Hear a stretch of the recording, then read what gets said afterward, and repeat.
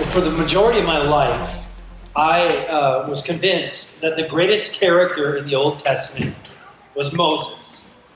After all, he's probably the most commonly known character in the Old Testament. Even if you don't go to church very often, you probably have heard of or know of Moses, right? The long gray beard, gray hair, and he's got the staff.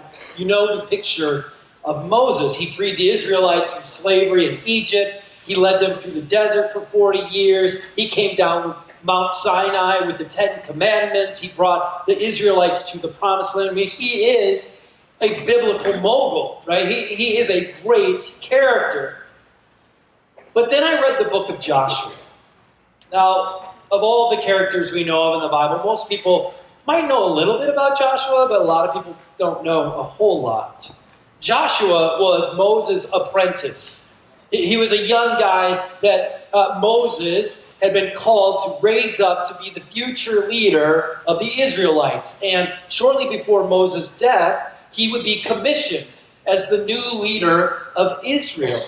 He would be the one that would lead them to the promise. He would lead them into the promised land. It wasn't Moses. It was Joshua. Moses would look over the land, but he would never actually step into it. Joshua would be the one that would lead them to the promised land. And from the very start of Joshua's leadership in Israel, you can tell amazing things are going to happen. Joshua was an amazing leader. He leads the Israelites to victory after victory as they secure the land that was promised to them. He was faithful. He was courageous. He trusted God at his very word. And because of it, so did the rest of Israel. Right? There's an old statement, so the leader goes, so do the followers. Right? That the leader is the one who really sets the pace for those who are following. And Joshua set the pace for Israel. For almost 100 years, Joshua would faithfully lead and guide the people of Israel into a lasting relationship with God. It really was a beautiful time for the Israelites in the Scriptures. But rarely do I go on to the next book in the Bible. You have Joshua, and then you have Judges. And it's not because Judges isn't a very good read. It actually is a really interesting read, and I recommend you read it. But what happens in the first couple chapters of Judges, it just bothers me so much that I hate even going into reading it. I love reading the book of Joshua because he was so inspiring. He inspired me to be a better leader and a better father, a better friend.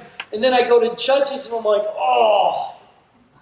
Right, so here, just look what happens. Now, if you have a Bible, you can open up to the book of Judges. We're going to be in Judges 2, or download the YouVersion app. Super easy way to follow along. Otherwise, everything's going to be on the screen. But I want you to notice what happens here in Judges chapter 2. Doesn't take long, okay? Judges chapter 2. It says, after Joshua sent the people away, each of the tribes left to take possession of the land allotted to them.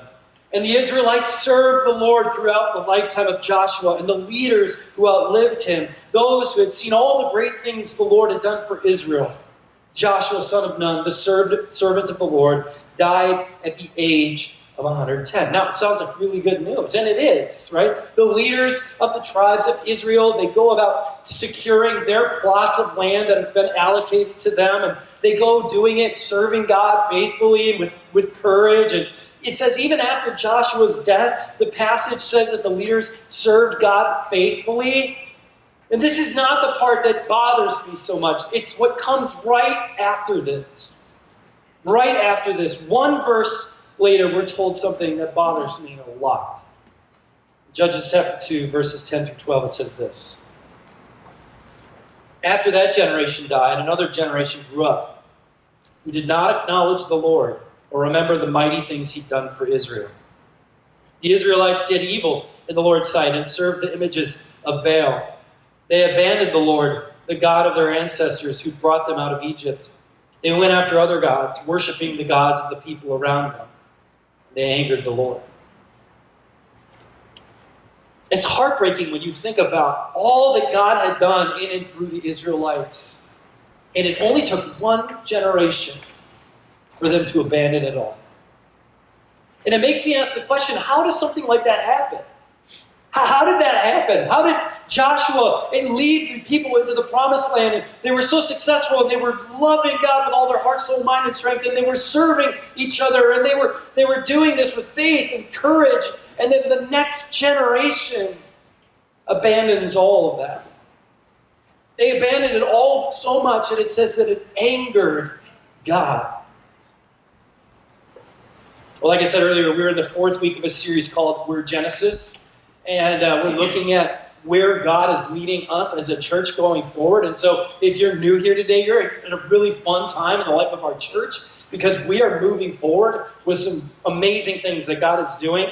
And we're really after this one statement that we keep bringing up, that we want to be a thriving community of changed lives, changing lives. That we want to be a people who thrive in what it means to be a follower of Jesus, and that through that changed life, we might have an impact on the world around us. We want to be go-getters as people. We want to be a church that's known not just for what we say, but for what we do. And we've been looking at these 4 mission priorities that we believe if we do these things, we will, hopefully, then we believe will accomplish that end goal of being that thriving community. And so we've been looking at, we want to be a church that's developing followers of Jesus, no matter where you are on the spectrum. Maybe you don't believe anything Jesus said. Maybe you have been a follower of Jesus your whole life. We want to continue to grow and develop. Last week we looked at how we can be a church that helps people connect to each other.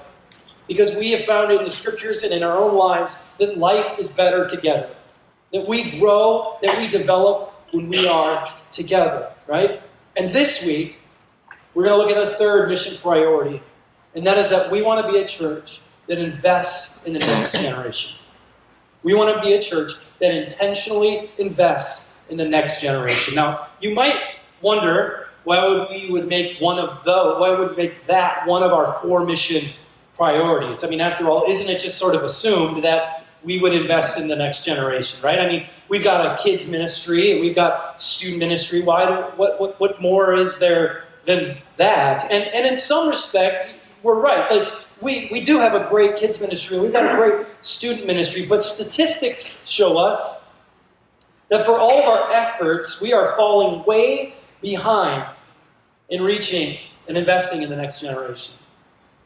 Tom Rainer is the leading voice on statistical evidence regarding different issues around the church, and he has released numerous books and articles on good and bad statistics for the church, specifically in America. And one of the categories he shares statistics about over and over and over again, it has to do with the effectiveness of the church reaching and retaining the next generation. Now, I want to just share with you a few statistics he shares regarding the millennial generation. Okay? The millennial generation is people who are born between 1980 and 1995. Okay, so if you're here and you're born there, you're a millennial. Okay, and here's what it says. His statistics show that 70% of kids will drop out of church between the ages of 18 and 28. In other words, that generation has grown up in the church. Those who have, 70% of them will drop out of church by the time they leave high school. Right? That is tremendously higher than it has ever been. It used to be that kids would drop out, right? And then later on in life, when they got married and had kids, they would come back. Well, this generation is showing that only 20% of those who drop out will eventually come back. 28% of millennials go to church on a regular basis. 28%. But that's not all. See, we've been talking about the millennial generation for like the last 10 years. But there is an entirely new generation growing up that most of our kids and teenagers are a part of, and it's now called Generation Z. The Generation Z are those who were born 1996 to 2010, and they are now the single largest generation to ever roam the face of the earth. There are more Generation Zers than there has been any other generation before. The Barna Group revealed some statistics about them. Generation Z teenagers, 50% of them consider themselves Christians or Catholic. Half of teenagers and kids in our world who are growing up right now don't even consider themselves affiliated with a religion. 35% of the entire generation considers themselves atheist or agnostic. That's 15% higher than what it was with millennials. And only 4% of those who consider themselves Christians have a biblical worldview. Now look, these are some serious statistics. And they're just numbers, right? But behind all of those numbers are people.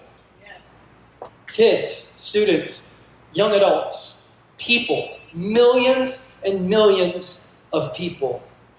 And it is scary a little bit to see some of these facts, because if we don't take them seriously, I believe that in 50 years, they will be saying this about us. After that generation died, another generation grew up who did not acknowledge the Lord or remember the mighty things he'd done for Israel. So what happened?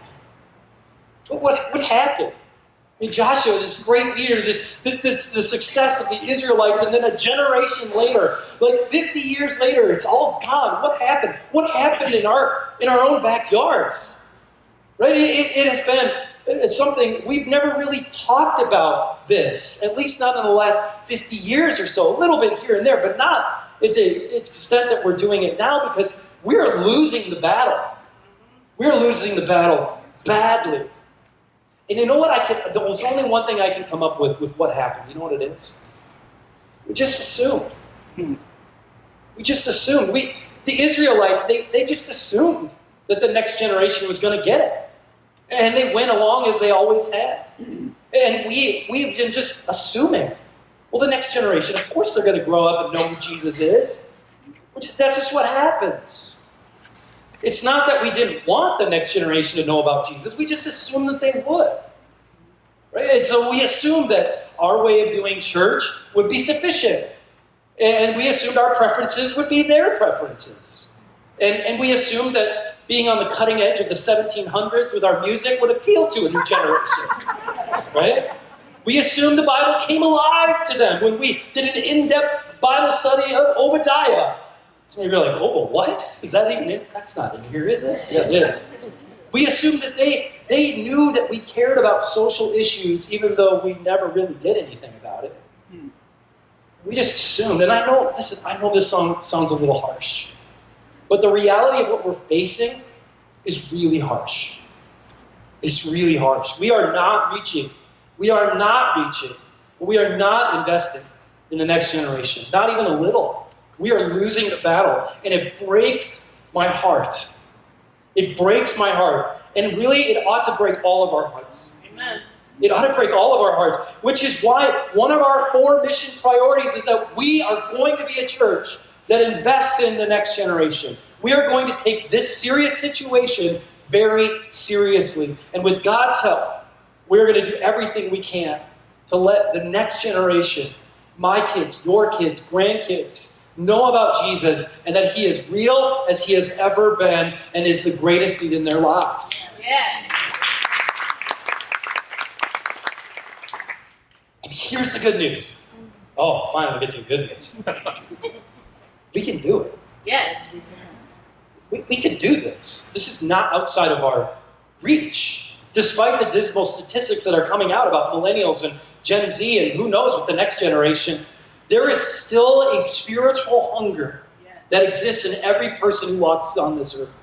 There is still a spiritual hunger in those who are ages 18 to 28, and those who are teenagers, and those who are kids. Overall, listen to this, both generations, they still believe that church could be a place to find answers for a meaningful life. 82% of them. They just don't find it relevant to their life or to their generation. In addition, both generations, listen, they're both eager to find a place that will answer the hard questions that they are asking. But they're finding more relevant and accepting environments in other religions and philosophies. In other words, listen, both millennials and the next generation, they want to be a part of the church. They want to be a part of this. They want to know who God is. They want to follow Jesus. But the church is doing very little to help them. We've done very little to help them. Oh, look, I'm not getting any younger. I know I still look 28, but it's not true. Next year I'm going to be 40.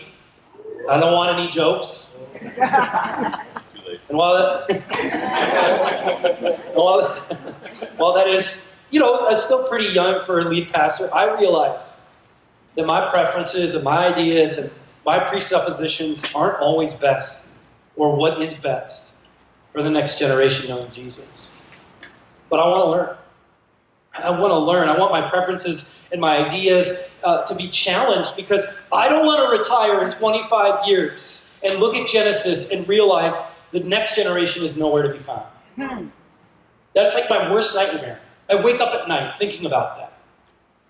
And so let me just first talk to those of us, this includes me, who are not a part of that next generation as we're talking about.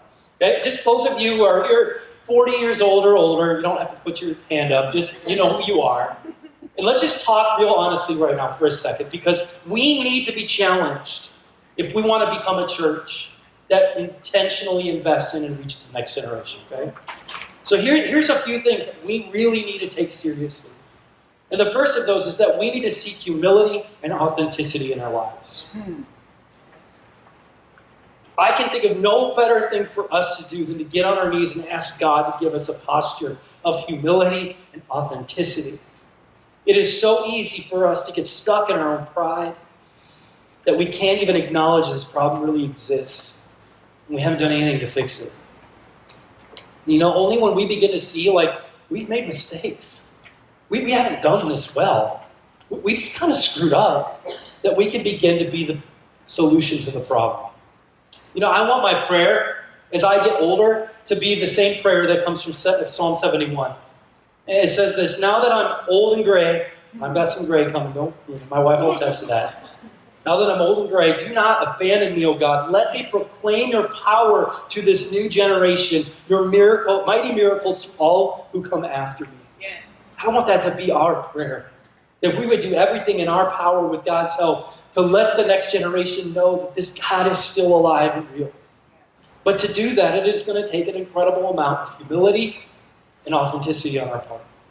We have to be willing to set aside our pride and be completely honest with ourselves and the mistakes that we've made and the things that we haven't done. And we have to be completely honest with others about what is happening inside and outside of our church. It really starts there for those of us who are older. We have to let go of our inability to see the problem. But we need to see it for what it is and take charge with humility and authenticity. Secondly, if we want to invest in the next generation, we need to see people over our preferences. We all have our preferences, right? There's nothing wrong with our preferences. You have them, I have them. Until they become more important than people, then it's a problem. And here's the deal. The longer you follow Jesus, the less important your preferences ought to become. Look at the life of Paul as an example. Paul was one of the first leaders of the church. Before becoming a Christian, he despised anyone who wasn't a God-fearing Jew. So much so that he would go so far as to imprison and even execute those who came against his preferences, his opinions, his ideas as a Pharisee. But then he becomes a follower of Jesus. And all of that changes. Not only about Christians, but those who aren't Christians or even Jewish. Look at what he writes in 1 Corinthians 9. He says, even though I'm a free man with no master, I have become a slave to all people to bring many to Christ. When I was with the Jews, I lived like a Jew to bring the Jews to Christ. When I was with those who follow the Jewish law, I too lived under the law. Even though I'm not subject to the law, I did this so I could bring to Christ those who are under the law. When I'm with the Gentiles who do not follow the Jewish law, I too live apart from that law so I can bring them to Christ. But I don't ignore the law of God. I obey the law of Christ. When I'm with those who are weak, I share with their weaknesses, for I want to bring the weak to Christ. Yes, listen to this. Yes, I try to find common ground with everyone, doing everything I can to save some. I do everything to spread the good news and share in its blessings. Listen, what would happen to a church if we all carried that sort of attitude? What might happen to our kids and our teenagers as they grow up if we all walked around going, you know what? This is so important that I'm going to set aside my preferences for everything in this under the sun, and I'm going to focus on the fact that we are here to reach people who have different preferences than me, who have different needs than me. And so as you develop as a follower of Jesus, your preferences begin to take a back seat to the people you're hoping to reach. It's just the way it works. And we're trying to reach a generation that is growing up without Christ. And I think about Paul, I'm like, what would Paul do here? Well, he would do whatever it is that he could do to find common ground with that next generation, setting his preferences aside and really focusing on the people. And the generation that's being raised up is starving for a church that is more concerned about them than the preferences they have. And I'm telling you, this is not easy. Because I got preferences. I like how, certain ways to do church and certain ways not to do church. And I like doing certain events and other events I don't like doing. But if we are going to really get after this, we have got to learn how to set aside our preferences so we can focus on the people who are growing up without knowing who Jesus is.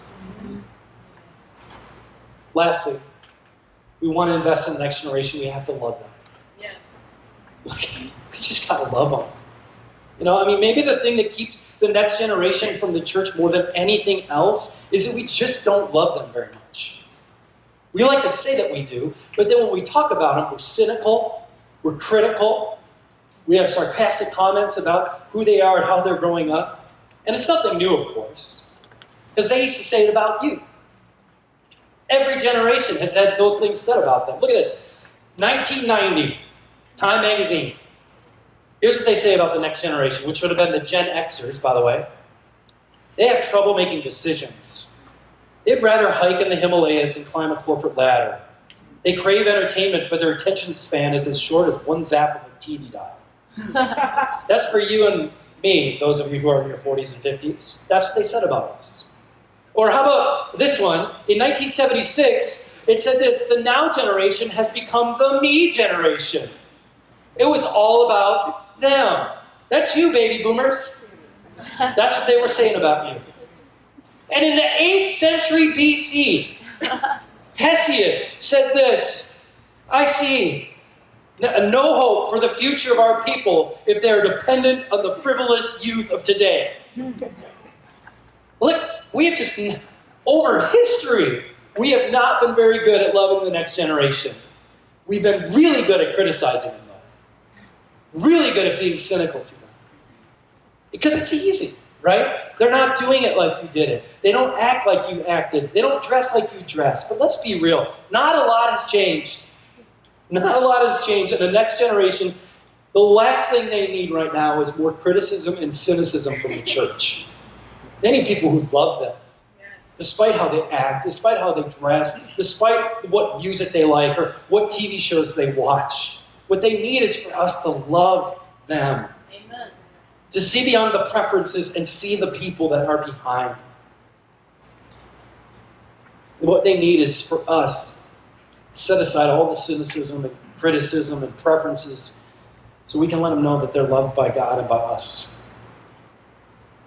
So to the next generation, those of you who are here, I know a lot of our teenagers are in here now, young adults. Those of you who are growing up as millennials, Gen Zers, I just want to say 3 things to you. First of all, forgive us. Forgive us. We haven't always gotten this right. I mean, clearly, we've missed the mark on a lot of this. But I know the heart of this church. The truth is, we want to. We want to get this right. And here's even more. I want our next generation to grow up with a heart for the next generation after them. And that starts with us. And so forgive us. We have too many times been critical. We put our preferences over you, and we are sorry for making you feel inferior in the church. We're sorry that we haven't really loved you that well, but we want to. We want to, and we're going to work on it. In humility and authenticity, we're going to work on it. Second, I want you to get involved here. I want you to get involved here. When I grew up in churches, you could do nothing if you were under the age of 18. You could do nothing. If you had to be 18, then you could do things. That's not how it is here. I don't care how old you are. I don't care how young you are. You've got something to offer to this church. Maybe you want to be a barista someday. Well, we've got a cafe where you can learn how to make coffee. Okay? You love technology, you love computers. We've got a tech team that we're trying to build right now, and trust me, we need you. Because we're sitting back there, in our old brains, and they're not Macintoshes from the 1990s, and you would walk in and be like, you guys are stupid, this is how you do it. We need you. We need you bad, right? If you can play music, we need you, right? I love seeing Christian up here. He's like 16 years old. He's playing drums. We need that in our church, right? If you love people and love to greet people, we'll put you at the front door and you can greet people. We want you to be involved here. I will not say no to anybody getting involved in this church. I don't care how young you are. You've got something to offer this church. You have gifts that our church, our community needs. Your value, and I want you involved. And last but not least, follow Jesus. The church is an imperfect place where people make mistakes all the time, but you can still follow Jesus. He will never disappoint. Because we will say the wrong thing, and we will do something ridiculous, and we'll act ridiculous, but one thing will never disappoint you, and that is Jesus, so follow him. Put his instructions to the test. Read this book. Learn about who it is. Be here on Sunday. If you're a teenager, you need to be here on Wednesday nights to get together with other leaders who love you and want to help you understand who Jesus is. If you're a young adult, get in a group or talk to us about starting a group. Just do whatever you do. Just don't give up on Jesus. Don't give up on Jesus. He is worth your time, and he is worth your energy at every single moment. Let me finish with this. I'm getting sweaty.